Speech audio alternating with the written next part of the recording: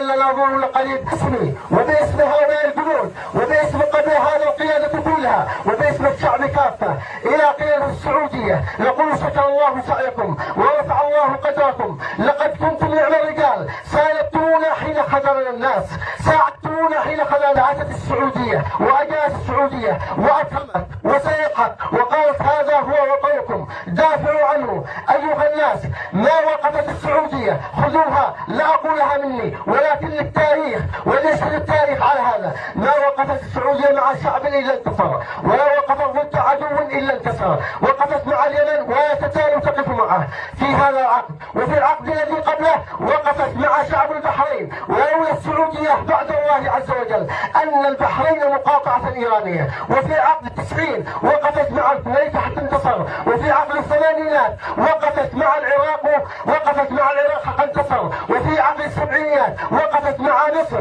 ضد إسرائيل ووقفت حتى انتصر الشعب المصري، وفي الستينات وقفت مع سوريا ومع لبنان وأرسلت جيشا وانتصروا في تلك المعركة وسميت بمعركة الكرامة. وفي الخمسينات وقفت ضد الهجوم الثلاثي على مصر وأرسلت جيشا بقيادة الأمير سلمان بن عبد العزيز حتى وقفت مع الشعب المصري. وفي الأربعينات كذلك. هذه الدولة السعودية الثالثة.